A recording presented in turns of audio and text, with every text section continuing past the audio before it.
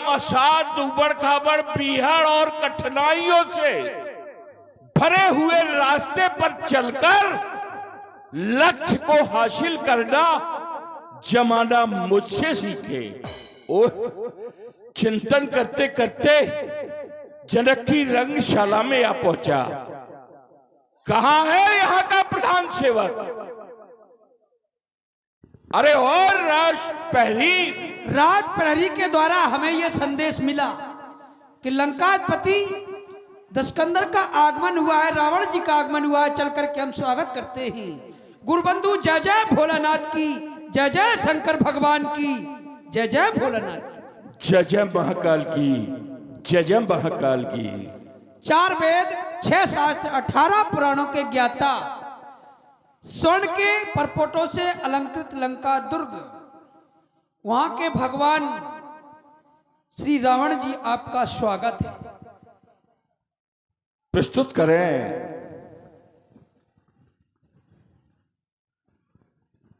वाक्य रूपी पुष्प।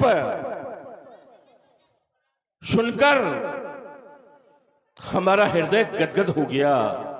श्रेष्ठ योगिक क्रियाओं के कारक, नियामक, कर्णधार, शिष्टता सभ्यता स्नेह के स्वामी, निमकुल मयंक महामर्मज्ञ शीरद्वत जी, जय जय भोलेनाथ की, जय जय भोलेनाथ, जय जय भोलेनाथ की।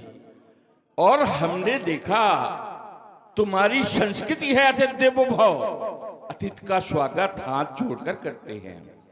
कर बांध के तुमने आने वाले अतिथि का सत्कार किया, लेकिन हमारी दृष्टि ही कुछ अलग है, हमारे सोचने का अंदाज ही अलग है। क्या है? ये जो कर आपको दिए गए हैं, ये किसी के आगे जोड़ने के लिए नहीं है। ये तो उस परम पिता परमात्मा के आगे जोड़ो, उनसे याचना करो, उनके आगे अपना ये मस्तक झुकाओ। ये कर जो दिए हैं वो कुछ कर दिखाने के लिए है, जैसा मैंने करके दिखाया है।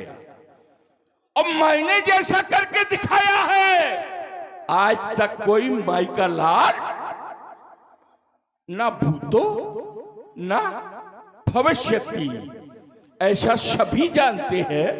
मुझे अपने मुख से नहीं कहना चाहिए। प्रणाम किया, आशीर्वाद, हाथ जोड़कर खड़े ना हो तुम।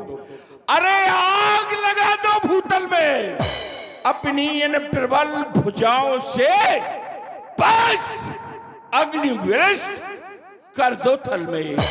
हे कर्म योग, हे धर्म योग, अरे तुम पर ये अरमान रहेगा, आशीर्वाद तुम्हें है मेरा।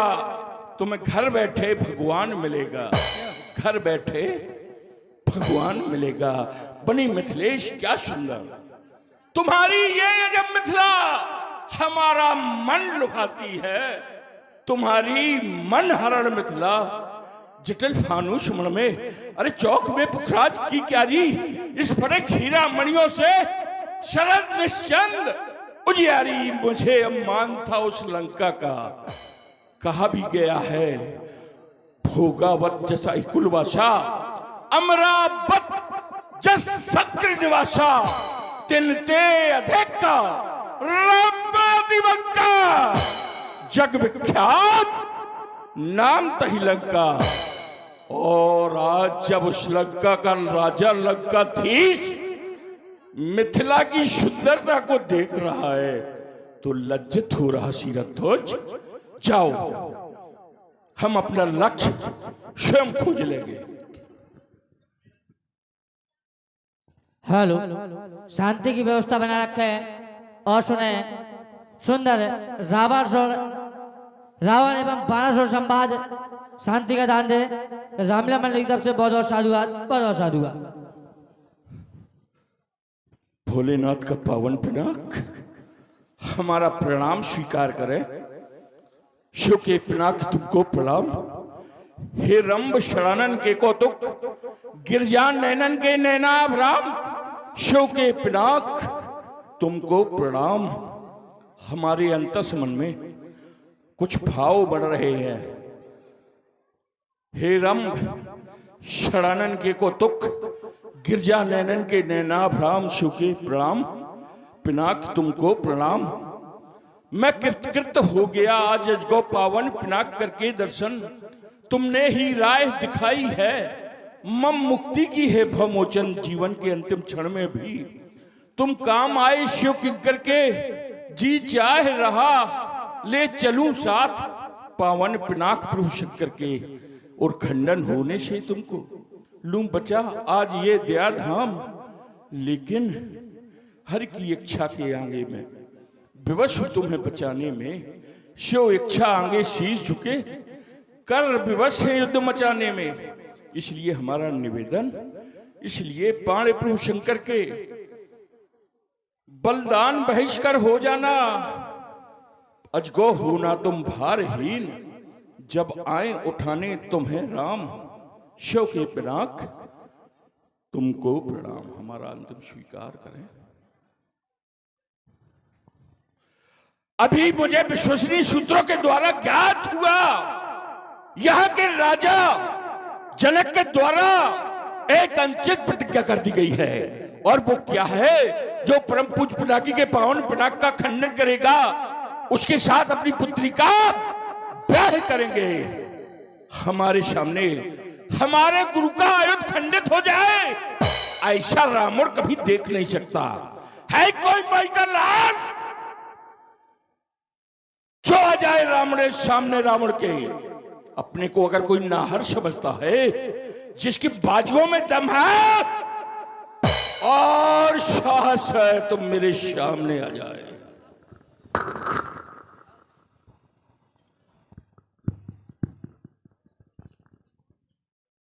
आ गए, माने नहीं, आ गए थे तो राजा जनक का सहयोग करना चाहिए था, क्योंकि केवल इन्हीं का नहीं, हर व्यक्ति का एक नैतिक कर्तव्य है कि वह किसी कन्या के विवाह में जाए, चाहे ये जाए, चाहे हम जाए, चाहे कोई जाए। यदि कन्या के विवाह में जाएं तो सहयोग करें।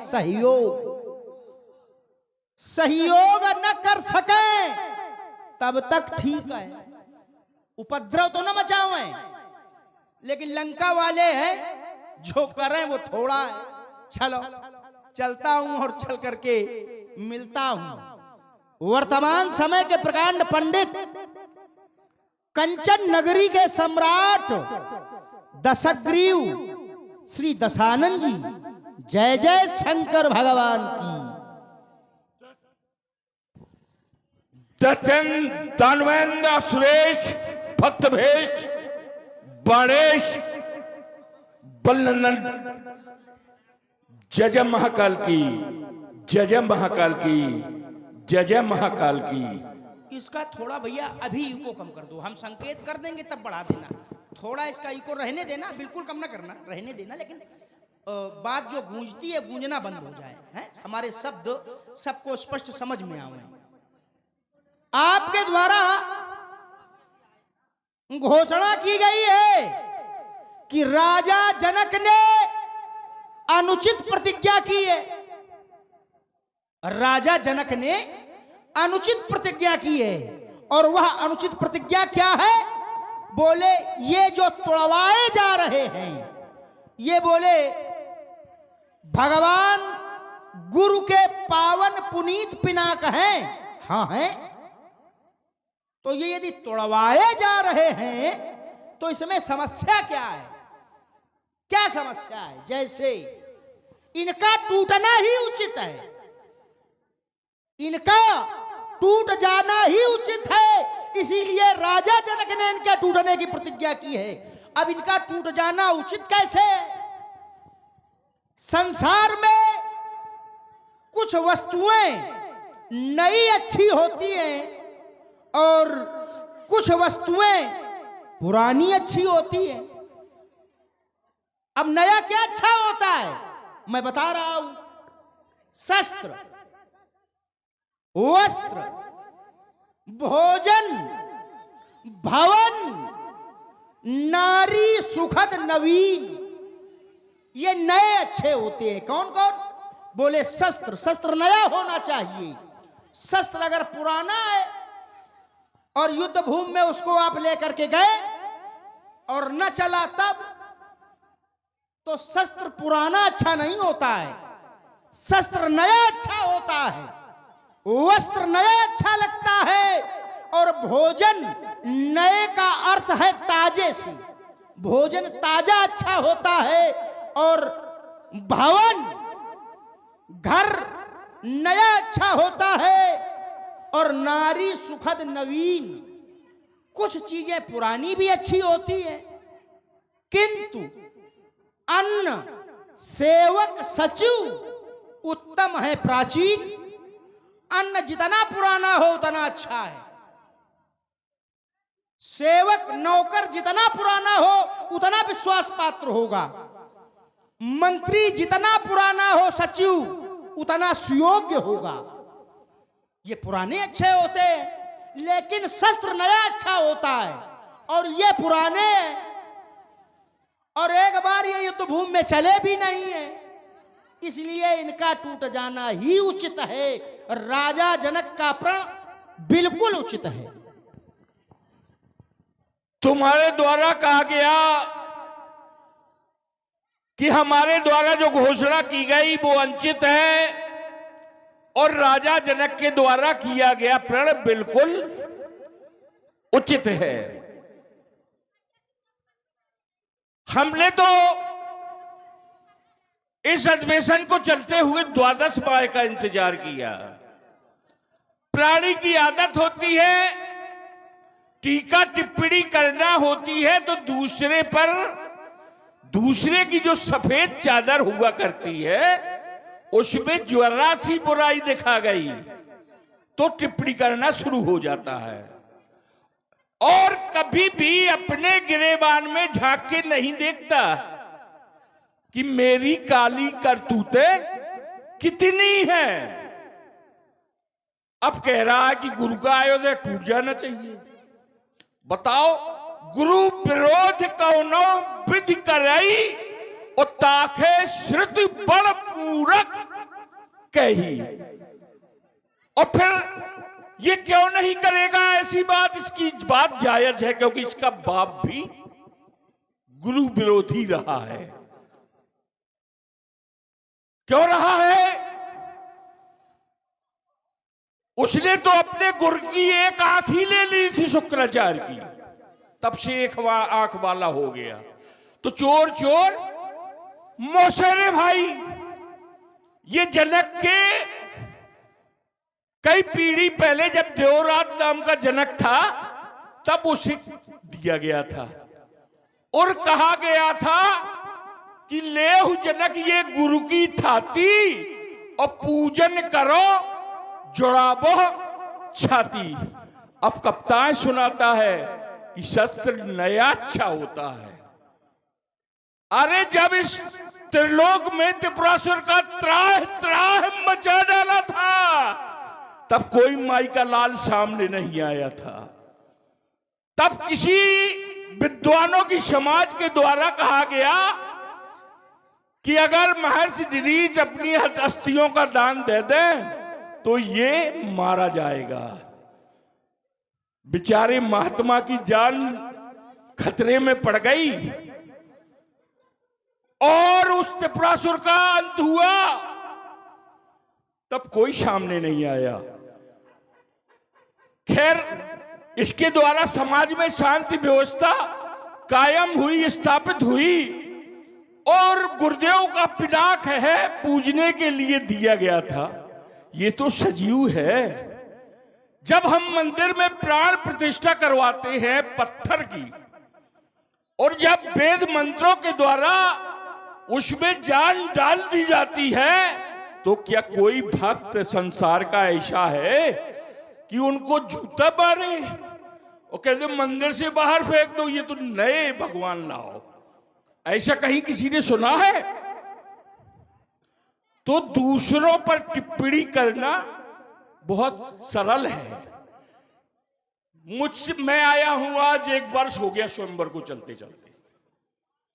ये आया था काशीराज सुधन्वा के साथ, काशीराज सुधन्वा के साथ आया था और कहता था कि नहीं, धनुष नहीं तोड़ा जाएगा, हम सीता को बरजोरी से ले जाएंगे, बरजोरी से जबरदस्ती ले जाएंगे। तो फिर महाराज जनक तो सीधे है, लेकिन मरता क्या ना करता, युद्ध हो गया और कुछ के द्वारा काशीराज को मार डाला गया। ये जैसे तैसे अपने प्राण बचाकर शोणितपुर को भागा। अब बड़ा हितैषी बन के आया है, कहता था मैं अभी कुछ समय पहले मैंने इसके मस्तक को देखा तो बड़ा प्रेम की चर्चा कर रहा था, प्रेम की चर्चा कर रहा था। प्रेम ऐसा होता है प्रेम। लेकिन जब जनक ने मारा खदेड़ा तो कहते हैं भय बिन होए न प्रीत। राजा जनक ने जब छेल दिया तो मान गया। चलिए भाई, रावण जी के बौद्धिक व्यायाम के लिए रावण जी को हृदय से साधुवाद देता हूं, एक निवेदन करता हूं। बहुत अच्छे मन से, बहुत अच्छा मन बनाकर के मैं प्रस्तुत हुआ हूं। समाज में कोई भी ऐसी बात न जाए जिससे हमारे सनातन पर या हमारे धर्म पर कोई उंगली उठा सके, क्योंकि इस समय सनातन ही निशाने पर है लोगों की। आपने जो चर्चा की कि हम सुधन्वा के साथ आए थे, तो ये कहानी वाल्मीकि रामायण में आती है। सुधन्वा काशी का राजा नहीं था, सुधन्वा सांकास्य नगर का राजा था, सांकास्य नगर का। और सुधन्वा के साथ बाणासुर नहीं आया, सुधन्वा अकेले आया। और इसी स्वयंवर के कालखंड में, और उसने राजा जनक से 2 शर्तें रख दी कि हमें ये अजगव दे दो और सीता दे दो, यदि ऐसा न करोगे तो हमसे युद्ध करो। तो राजा जनक ने अपने राज्य के, राष्ट्र के स्वाभिमान के लिए युद्ध करना स्वीकार किया। और कुशध्वज ने वध नहीं किया ना, राजा जनक ने सुधन्वा का वध किया। और सुधन्वा का वध करके सुधन्वा की राजधानी सांकास्य नगर का राजा अपने छोटे भाई कुशध्वज को बना दिया। यह क्रम है। चलो, बड़ी गुरु भक्ति की चर्चा कर रहे हैं, आप खड़े हो जाओ तो गुरु भक्ति के लिए हम आपकी परिक्रमा कर लें। भाई, गुरु भक्ति इस स्वयंवर के कालखंड में काहे उमड़ रही है? करिए करिए। ये गुरु भक्ति स्वयंवर के कालखंड में क्यों हो रही है? क्या ये स्वयंवर के कालखंड में मिले हैं? ना, ये बहुत दिन पहले मिले थे। कब? जिन्हें ये मिला था तो क्यों मिला था?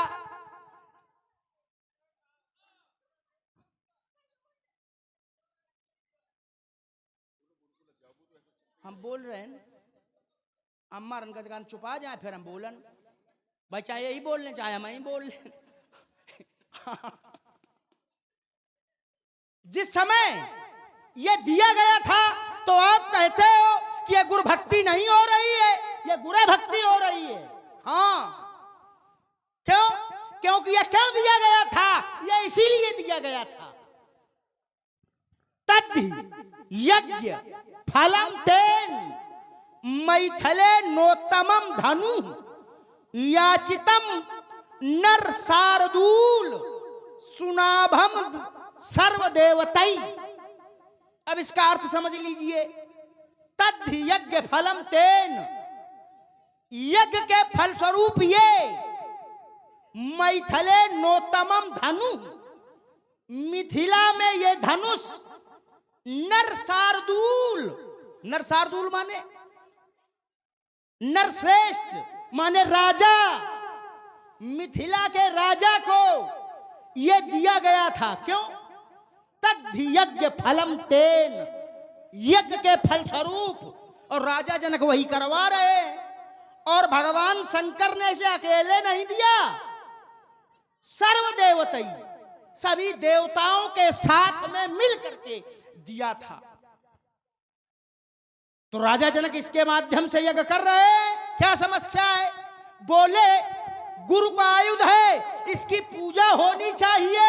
और उदाहरण जो आपने दिया, उदाहरण आप देव, एक निवेदन है, भाषा ठीक ठीक लंका वाली ना बोलो, मिथिला वाली बोलो, मिथिला में हो। आपने कहा मंदिर में कोई मूर्ति स्थापित होती है तो बोले उसमें जब प्राण प्रतिष्ठा हो जाती है, तो क्या कहा था? वो शब्द हम न कहेंगे। ऐसा नहीं है, ये भी वही हो रहा है जो आप कह रहे हैं, ये भी पूजा है। आप देखो, ये जहां पर स्थापित है उस स्थान को देखो, कौन सा स्थान है, कैसा स्थान है? विमल वेदिका रुचिर संवारी, ये विमल वेदी में स्थापित है। और जिसकी वेदी में स्थापना होती है उसका नित्य पूजन होता है। नित्य लोगों ने वेदियां देखी होंगी, भागवत यज्ञ आदि अनुष्ठान होते, आचार्यों के द्वारा उसमें वेदी बनाई जाती है और फिर उसमें देवता स्थापित होते और प्रतिदिन यजमान के द्वारा आचार्यों के माध्यम से उन वेदियों का पूजन होता है। वैसे इसका भी पूजन हो रहा है। अब समस्या तुमको इसके टूटने से है। तो श्रीमान जी, पूजन के दो उपादान, पूजन के दो क्रम, पूजन के दो नियम, कौन कौन? पहला स्थापना और दूसरा विसर्जन। वेदियों की स्थापना होती है और जब अनुष्ठान पूरा हो जाता है तो उन वेदियों का विसर्जन होता है। तो इनकी स्थापना हो चुकी है और टूटने के माध्यम से इनका होगा विसर्जन। तो तुमका क्या दिक्कत है यार? इनके द्वारा बात रखी गई कि पूजन होता रहा। जब तक पूजन होता रहा तो हम सामने नहीं आए। अब क्या, जब इनकी अस्थियां गंगा में चली जाएंगी आर्यावर्त की संस्कृति के अनुसार, तभी हम बोलेंगे क्या? अभी कहते थे अपने वो नहीं होते जो रोने के बाद आते हैं, हम उनके अपने हैं। तुम्हारे जैसे ईर्ष्या करने वाले नहीं है तो आ गए। तुमने कहा पूजा के दो विधान हैं, मुझसे बड़ा वेद पाठी है क्या तू? हाँ, ये स्वीकार करता हूं कि आप वेदज्ञ हैं, वेद पाठी हैं, विद्वान हैं, आचार्य हैं। तो फिर ऐसा कैसा कह दिया कि पूजन और विसर्जन, स्थापन और विसर्जन? विसर्जन उन मूर्तियों का किया जाता है जो उत्सव के रूप में मनाई जाती हैं, जैसे नवरात्रि महोत्सव, गणेश महोत्सव आर्यावर्त में मनाए जाते हैं, आगे भी मनाए जाते रहेंगे। तो जब उन मूर्तियों को लाया जाता है तो उनका हम पूजन नहीं कर सकते, रख नहीं सकते। अगर रखेंगे तो देवियों की, देव दृष्ट हो, देव मूर्ति हो या देवी मूर्ति हो, कुपित होकर हमारा अनहित कर देगी। और ना हो तो ऐसा करके देख लो, किसी मूर्ति को लाओ, स्थापन के बाद उसका विसर्जन न करो। मंदिर के अलावा कहीं भी उनका आकर के पर्व में स्थापन करवाओ, विसर्जन ना करो। देखे हम कितने हैं ऐसे भक्त, और श्वेस के भागी बन जाए। शर्त यह है कि श्वेस के भागी बन जाए, उन्हें अपकीर्ति न मिले, कष्टों का सामना न करना पड़े। फिर कर्म की बात आ जाएगी, तो इसमें बहुत लंबी चर्चा हो जाएगी। थोड़ी सी निवेदन यह है कि मैंने जो अपनी चर्चा की थी वो मूर्ति स्थापना की नहीं थी। वेदी स्थापना की थी। जैसे मंदिर में मूर्ति जब स्थापित होती है, स्थापना होती है, तब भी वेदी बनाई जाती है। किसी भी प्रकार का कोई धार्मिक अनुष्ठान हो, उनमें वेदियों की रचना होती है। कोई भी धार्मिक अनुष्ठान हो, वेदियों की रचना होती है। और मेरी बात यह है कि जब अनुष्ठान पूरा हो जाता है तो उन वेदियों का विसर्जन होता है। मूर्तियों का क्रम, मूर्ति स्थापना का क्रम अलग है। तो ये मूर्ति है, वेदी में स्थापित है और वेदी का विसर्जन होगा। अब वेदी के विसर्जन में तो वेदी को तोड़वा दो, धनुष को बचा लो, हम तैयार हैं, हो जाने दो विवाह। नहीं, वेदी को खुदवा डाला जाए, इसको सुरक्षित जगह पर किसी पूजनीय स्थल पर पहुंचा दिया जाए। भाई जबरदस्ती खुदवा डाला जाए? हमारी बात तो समझो। जब अनुष्ठान पूरा होता है तब, अभी अनुष्ठान पूरा नहीं हुआ है, अनुष्ठान पूरा हो जाएगा, ये टूट जाएंगे, सीता का विवाह हो जाएगा, वेदी का विसर्जन अपने आप हो जाएगा। तो क्या ये जनक की बाप की बपौती तो है नहीं, जो जनक ने उठाया, जिसको उसके मन में आया। जैसे राजहट कहते हैं, जिसे राजहट कहते हैं, तो ये जनक के बाप की बपौती तो है नहीं, जो अकेले निर्णय ले लिया और बस खंडन का सोचने लगा। एक चर्चा, हाँ, राजा जनक की बपौती नहीं है ये ना, सारे संसार का है ये। क्यों? क्योंकि भगवान शंकर का आयुध है, और भगवान शंकर त्रिभुवन और गुरु हैं, सारे संसार के गुरु हैं। आपने एक चर्चा की थी कि इनके द्वारा उन आतताइयों को मारा गया था, उनका आतंक समाप्त किया गया था। किनका? त्रिपुराधीशों का, त्रिपुराधीशों का। यात्रा आगे बढ़े, क्रम बढ़ा रहा हूं। तो त्रिपुराधीशों का जिस समय आतंक था, उस समय इन्होंने सहायता की। त्रिपुराधीशों का आतंक समाप्त हो गया, ये पूजित होते रहे। अब संसार में फिर अत्याचार बढ़ गया, फिर आतंक बढ़ गया। इसका श्रीमान जी का उस समय देवासुर, क्षमा चाहेंगे, त्रिपुराधीशों का आतंक इनके माध्यम से, कैसे? इनके निर्माण के माध्यम से समाप्त हुआ, तो इनके टूटने के माध्यम से इनका आतंक समाप्त होगा। है? अब ये कह सकते हैं कि निर्माण किया गया था तो निर्माण किया जाए, तो ये आवश्यकता है। जब जैसी आवश्यकता तब वैसा आविष्कार। उस समय इनके निर्माण की आवश्यकता थी, निर्माण किया गया और उस आतंक को समाप्त किया गया। आज इनके निर्माण की आवश्यकता नहीं है, इनके तोड़ने की आवश्यकता है, तुमको निपटाने के लिए। इसलिए ये तोड़े जा रहे हैं। हमको मिटा दे, ये जमाने में दम नहीं। क्यों? हमसे है जमाना, हम जमाने से नहीं। तुम्हारे द्वारा कहा गया कि आपका आतंक बढ़ा। पहले मैं भी बहुत बड़ा धर्मात्मा था, मैं भी घंटों माला सटकाया करता था,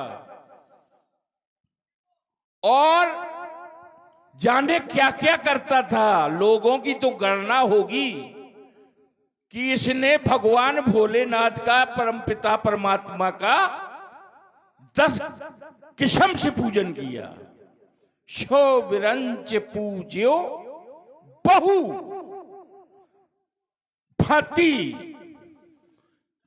हमारे तीनों बंधुओं के द्वारा गणना नहीं है, ऐसे असाध्य तप किए गए, कीन विविध तप, तीनों भाई परम उग्र, जही बरन न जाई। लिखने के शब्दों का अभाव हो गया लेखक के। तो ये भी मैंने देखा कि देवराज इंद्र को लंका का एक सेवक पकड़ के लाता है और पारिजात के पुष्पों की माला पहनाता है मुझे, और वो इंद्र इस धरती का सबसे बड़ा पुण्यात्मा बनता है, जैसे तेरा पिता। जैसे तेरे पिता ने कितने दिव्य यज्ञ किए, उसके उपरांत क्या मिला उसे? स्वर्ग लोक का अधीश्वर इंद्र बन गया, और लंका का नौकर गया पकड़ के लाया। तो ऐसे शुभ आचरण करने से फायदा क्या है? जब मैंने वैदिक मार्ग पर चलकर लक्ष्य को हासिल करते नहीं देखा, तो मैंने अनुकूल मार्ग अपना लिया, प्रतिकूल। जहि विद होए धर्म निर्मूला।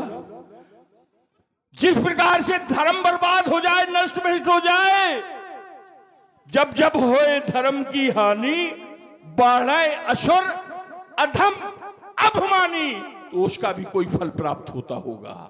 मैंने सोचा देखूं होता है कि नहीं। विज्ञान मार्ग पर चलकर लक्ष्य को हासिल करने की कोशिश जारी रही मेरी। जैसा आपने कहा था लंका वाली भाषा ना बोलो, तो वैदिक मार्ग को छोड़कर प्रतिकूल मार्ग अपना लिया, तो वैदिक वाणी तो तुरंत आएगी नहीं, धीरे धीरे आएगी। और मिटे न मलिन स्वभाव भंगु। जो आचरण अनैतिक होते हैं, गलत होते हैं, वो प्राणी को पकड़ लेते हैं। जैसे बहुत जन्मों की संस्कार, बहुत जन्मों की संस्कार जिसे प्रारब्ध कहते हैं। प्रारब्ध जब प्राणी पर हावी हो जाता है, तो उसे अनैतिक मार्ग की ओर पकड़ के खींच ले जाता है। उसका पुण्य में, मार्ग में मन ही नहीं लगता। और मुझे तो लक्ष्य हासिल दिखाई पड़ रहा है, मैं कैसे वैदिक वाणी बोलूं? भाई अभी आपने कहा था थोड़ी देर पहले कि मैं अधिक जानकार हूं इसमें, मैं वेदाध्यायी हूं, तो हमने कहा कि भाषा भी वैदिक हो। अब चलो आप कह रहे हो कि हम भाषा नहीं बोल सकते, न बोलो, हमसे क्या मतलब है। चलिए, बोले पहले मैं भी माला सटकाता था, और हमने तो जाना कि तुम जन्म से पाप के रूप बनकर पैदा हुए हो। तदपि महिषुर श्राप बस भय सकल अघरूप। अघ माने पाप, जन्म से पाप के रूप हो। चलो, तुमने जो माला सटकाई, ये माला क्यों सटकाई? क्यों तुमने तपस्या की? परमात्मा पाने के लिए ना, खुद परमात्मा बनने के लिए कि हम खुद परमात्मा बन जाएं। बोले कैसे? बोले जिस समय वरदान मांगते हैं तो कहते हैं हम काहू के मरे न मारे, क्योंकि परमात्मा नहीं मरता है। तो परमात्मा बनना चाह रहे हैं, तो उत्तर आया कि नहीं, ये नहीं हो पाएगा, संसार में एक ही परमात्मा रहेगा। तो आपने अपनी मांग बदल दी। बोले मां बानर मनुज जात दुई बारे, तो फिर मनुष्य और बंदर को छोड़कर हमें कोई न मार पावे। ठीक, ये आपने अपने स्वार्थ के लिए, स्वयं के लिए माला सटकाई। चलिए, बोले हम जो कर रहे हैं वो वेद के प्रतिकूल कर रहे हैं, वेद के प्रतिकूल। क्या? और आपने अर्धाली भी पढ़ी, जय विद होई धर्म निर्मूला। जैसे भी हो धर्म निर्मूल हो, तो लंका में फिर धर्म काहे हो रहा है?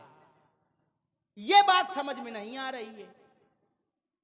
भाई इनका एक भाई है विभीषण, दिन रात रामे राम जपता है। विभीषण के द्वारा धर्म ही किया जा रहा है। तो ऐसा क्यों? यदि तुम्हारा ये नारा है, ये अभियान है कि जय विद हो धर्म निर्मूला, चाहे जैसे हो धर्म निर्मूल हो, तो फिर लंका में तुम्हारा भाई विभीषण जो धर्म कर रहा है वो न करना चाहिए, उस पर रोक लगाओ। और नहीं तो ये कहो कि हम तो कह देते हैं ऐसे ही सब ठीक है ना। श्री राम जी, आपके द्वारा कहा गया कि आपने अपने स्वार्थ के कारण माला सटकाई है।